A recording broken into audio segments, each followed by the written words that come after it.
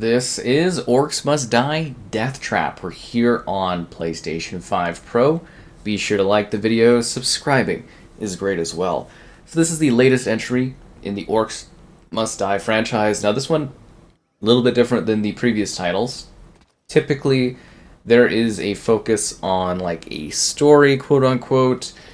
We do have a little bit of that continuing forward in terms of like our characters are aging a bit more. The main heroes are back, which I quite like because, you know, if you are a fan of Orcs Must Die, this is one of the rare franchises where you actually do get to see the aging of characters. Like, they do actually get older, which is, to me, quite a neat thing that happens.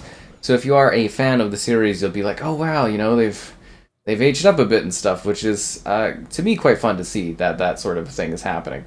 But, yeah, let's dive in and talk about this. So as I mentioned, this is a very different kind of take on Orcs Must Die. So what they've done is they've taken the same trap-based formula that you know and love, and what they've done here to adjust it is now it's more of like a rogue-like experience, a roguelite experience. So you are basically now doing these sort of roles. It adds a lot more replayability to the game than we've ever had before, which I find to be quite fascinating gameplay-wise. So historically, in the past, you will, you know, kind of build your way up very slowly. You'll start unlocking things. You'll have your basic traps. They give you a lot more off the bat in this one, which I think is quite fun and really cool, and it just allows you to have a little bit more freedom in how you're taking things out. But with the roguelite experience that you have with this game, the replay value there I think is much higher, because you're essentially just doing rolls to see what situation you end up with. So you do sets of maps in this game, so you're basically being like, okay, let's play, and then we get this map, and then we get this map, and then there's like these mutators that are happening where what you're facing off against and the challenge you face is different as you go through it, which I think is a really genuinely cool change up to the game. So for instance, like one round you might find that you're doing like traps cost more, or this type of orc is more kind of resilient to certain types of damage, or this type of orc appears, or something like that, right? And it's really, really quite interesting how they've done that. And of course, there's a new generation to the order, so you've got like a new group of, you know, young mages and stuff that are kind of fighting against the orcs, and then of course the returning familiars. And then the backbone is really quite neat, because the more you play, the more you earn, and the more you're able to improve your traps, so that you become more and more powerful, which is, yes, it's like what we've had in the past. But this time around, there's so many traps, so many objects, so many items, so many ways to improve your character in terms of strength and ability, and it's really, really genuinely quite cool. They did a very, very good job evolving the formula for the gameplay. Now, if you are expecting something that I guess is a little bit more story-like, you're not necessarily getting that here, because there is such a, you know, change to the gameplay in that regard. But I think you'll be quite happy with it, and it just adds some really light, easygoing replay value. And you can play the game pretty easily, whether you're doing so like by yourself, or you're playing with a group of pals. Up to 4 of you can come together to like fight all the orcs, and you kind of meet up in a little starting area, and then you go and fight, and then you keep going, and it's really, really quite neat. And then you can see you get kind of like buffs, so that you can do more damage on stuff. And then there's of course also the re-rolling mechanics. So if you don't like what you get for things like, say, maps or the options, you can re-roll in that, and it's a neat change up, and it makes a lot of sense for this franchise. You may find it a bit odd, the changes, but I do genuinely believe that they are pretty good improvements. And of course there's like varying levels of like difficulty too, if you need more of a challenge. Like if you're doing things right, in theory you should absolutely massacre all of the orcs before they can even do anything. Like, it is a tower defense game, so the more intricate your setup is, the more effective you're going to be at, you know, slaying the orcs and funneling them and controlling where they go and managing the flow of barricades. it's a really neat series. I've had a lot of fun with this all the way back to, I think this debuted on the 360 arcade back in like the 360 era, which is a long time ago. But the series has just continued to evolve, and I think PlayStation had exclusives or exclusiveness to the. There was like a multiplayer kind of game that got shut down for this. It was like a competitive multiplayer game. I thought it was really cool, but yeah, it didn't really pan out there, sadly. But that was a thing as well.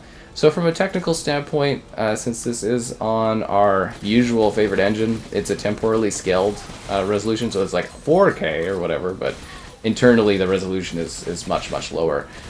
With the PlayStation 5 Pro, you're basically just inheriting the setup for the PlayStation 5, and then you're just getting a clearer picture because the temporal scaling, is just holding up a lot better. So that is, kind of a big thing as well, is you are getting basically the best quality experience here. And then it's 60 FPS, which is quite a thankful thing to have. I know that sounds kind of maybe silly, but like when this game launched on Xbox a while back now, actually, I'm surprised it was such a gap between releases.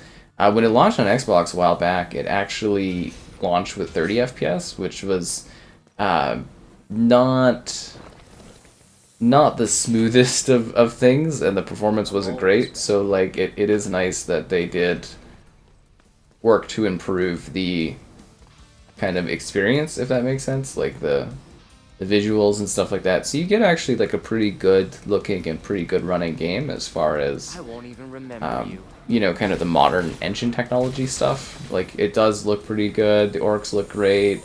The environments are nice and detailed, and they've got all the games from this engine look the same. But yeah, no, it's really quite a nice visual experience, and I think you'll be quite happy with this. This is way too easy for me, honestly. Yeah, anyways, and then all the different characters, they kind of have unique abilities. Like in the past, Max kind of had the ability to like sort of sword and like crossbow, but now it's just sort of like, this is a crossbow character with certain abilities. And then there's like, another character that's just like a sword one, and I think there's like a giant, I can't remember if it's a panda or something, but it's like a giant sort of tough sort of character, and then there's like a little one that does like little sword damage. Like they got some really creative like different characters, and as I said, you're kind of improving your roster to do more damage and hurt things more, and it's just sort of an evolution of the gameplay mechanics that we've seen within the series, and it's so nice to continue to see this franchise sort of flourish, because I am just like such a big fan of the Orcs Must Die series. And I think this is a really creative way to kind of continue the series and do something new with it, and then like also keep it regularly like pretty familiar to people. And I think that's quite exciting. Like this is just like an opening, easygoing kind of mission thing that we have here. But then it just kind of scales, and the more you do, the more you advance, the more enemies you face off, the more orc diversity, and you're just like mulching through like these massive hordes of orcs, and it's really, really quite a delightful time. Like I feel like I genuinely maybe am making it look a little too easy, but I feel like if you first start here and you don't know what you're doing, like it is like there is like challenge to it, if that makes sense. And of course, different difficulty challenges and things. Like I don't have everything unlocked that I did on the Xbox side of things, obviously, because I played quite a bit of that there on that platform and streamed it and stuff. And I have a lot of fun with these games. I wish the series was honestly a lot more popular,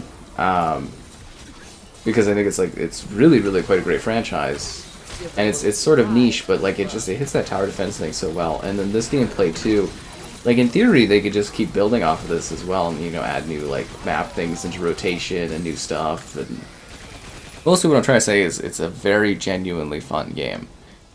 Like the roguelite mechanics make a lot of sense in this game. You feel like you actually are, progressing. Like I don't think it's too hard off the bat to do stuff, but you really do feel like you become like better at it the more you play and the more you gain while you're playing. And I think that in itself is really, really quite rewarding, that you're actually like evolving. And you're not just like kind of stagnating. And it's like the other games you do kind of level and you get access to better traps and stuff, and you can upgrade your traps with the skulls. It's a similar situation, but there's just like, there is so much more to do. Like you've got this kind of like hub base where you can go around and practice things and work on your abilities and stuff, and then you really get some genuinely powerful kind of abilities, like your weapons, your tools, everything like that just becomes so much more powerful. And I think that's a lot of fun. And there's like pickups while you're playing too, and ooh, a chest for 5,000 points. In this economy, I mean, like technically I could save up for it. I've like, this is like a walk in the park for me. You know, like I've just absolutely mastered this sort of thing. There's like a cool docks level. I wish we were kind of doing that one. I think it shows up a little bit more in the middle of a rotation of things, but that one you can do some really creative stuff with, and the scale of this game is so much larger. Like this is kind of a really small, more traditional kind of starter map, which is kind of funny, but like some of the maps you get in this are a lot bigger.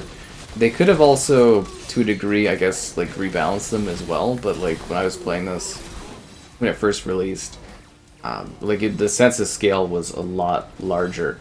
Like sure, you get some easier kind of warm-up stuff, but when you really get out there like battling, you can make some pretty tremendously large and complex trap systems where there's a lot of orcs just kind of like basically throwing themselves into the meat grinder, which is quite fun. I mean, it's just an entertaining series. Like it's so utterly kind of ridiculously awesome because it's like it's violent in the sense that you're like mulching through these monstrous things, but it's also sort of fun and charming, and it looks a lot cleaner and plays nice and smooth here, which is kind of what I was expecting.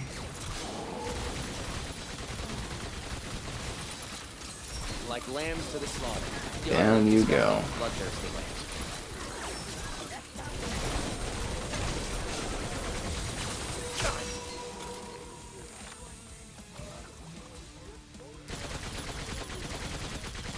Like lambs to the slaughter. They really are coming in just to die, aren't they?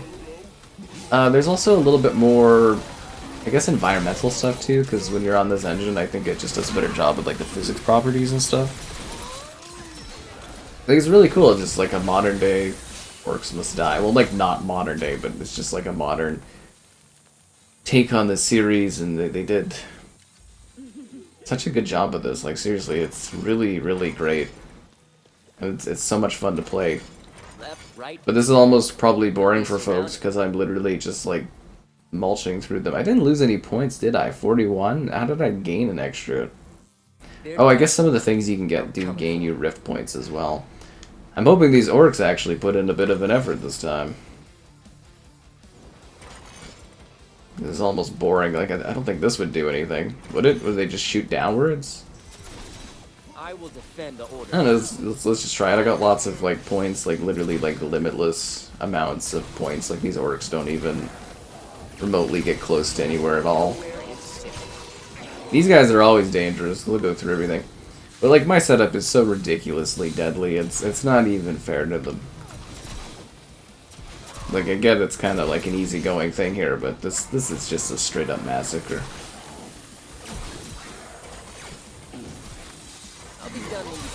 These saw blades are so much fun, and there's so many other things too. Like this is just like a basic assortment of traps. I want to get that across. Like when you really start like building out, and you really start like getting out there and getting more like fine-tuned traps. Like I like to have like a core, like a basic like core setup of traps that I use, but they've got some really fun options with some really cool like strange abilities you can unleash upon them, and it's all very, very well done. This is a great game. It really is. It's a little different than the traditional Orcs series, but it's a smart idea to take in this direction, I think. That's another thing I love about the Orcs Must Die series, is just like, it is kind of being reinvented over time. They always try like different things with it, which I appreciate. And then, yeah, I would also recommend, if you haven't played the other Orcs Must Die games, they're very, very good. Orcs Must Die 3 was really, really quite ambitious. It started as a Stadia game, but it's on all the different platforms, and that one is more of a traditional Orcs Must Die game. So if you like what this gameplay is like, that one's quite neat, and it's just like a little bit more like story focused, a little bit more fine-tuned in strategy, and it's very, very good in large-scale combat. A lot of the mechanics of this game are borrowed and inherited from what that one was kind of doing. So, you know, I always thank Google Stadia and Google for funding, you know, that Orcs Must Die, because it kind of just kept the series going, if that makes sense. Like, you know, it's not necessarily like one of the heaviest hitters out there, so it is good that this franchise gets to continue to exist, because yeah, I genuinely just have a lot of fun playing it, and I think you will too if you give it a chance, especially if you can play with some pals. Like, it's a little, like, it's funny because like I'm really used to like controlling what happens in this game, so I'm very much used to it from a single player perspective, but it actually can be quite a lot of fun playing cooperatively. I think it was like Orcs Must Die 2 first did the co-op thing. I think that's the first one that introduced co-op, but that one was only on PC, which I thought was really weird, because the first one was on 360. It was always a bit of a, you know, it was always a bit of a, what would I say, ooh, unrestricted section. Bosses have 100% more health, bring it. So this is the progressional system, where you go from map to map to map. But yeah, I always thought of it as more of an Xbox franchise, and then 3 was kind of on Stadia, and then it came to all the different platforms. I think I even did a video of it on the PlayStation as well. But yeah, no, it's been really neat to see that. But I really wish they would go back, and they probably never will. But it would be cool to see kind of the first 2. Well, I guess you would do it as a combo pack with 3. Oh, come on! I'm back.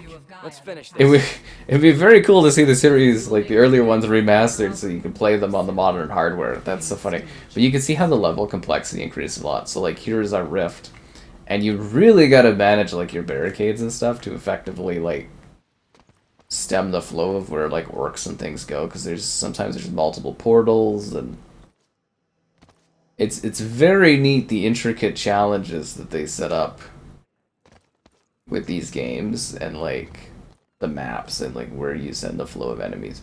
So they're coming from over there. Oh, there's two rift things, right? So is there 2 rift things? So where does this go? Is the rift up on the top here? Oh, that is so overly complex. Wow, it's gonna take a little bit to wrap my head around this one again. Let's think about this, because there's four doors, and they come from multiple sides. This is gonna be a genuinely tricky thing. Like, is this creating a longer funnel or a shorter funnel? Because then they'll walk around, and they'll have to come up over this way. Wow, this is a very complex. This is a very, very complex system setup here, because they come right from there and they'll just like march right in here. Like, this is. Let's keep the orcs out of here.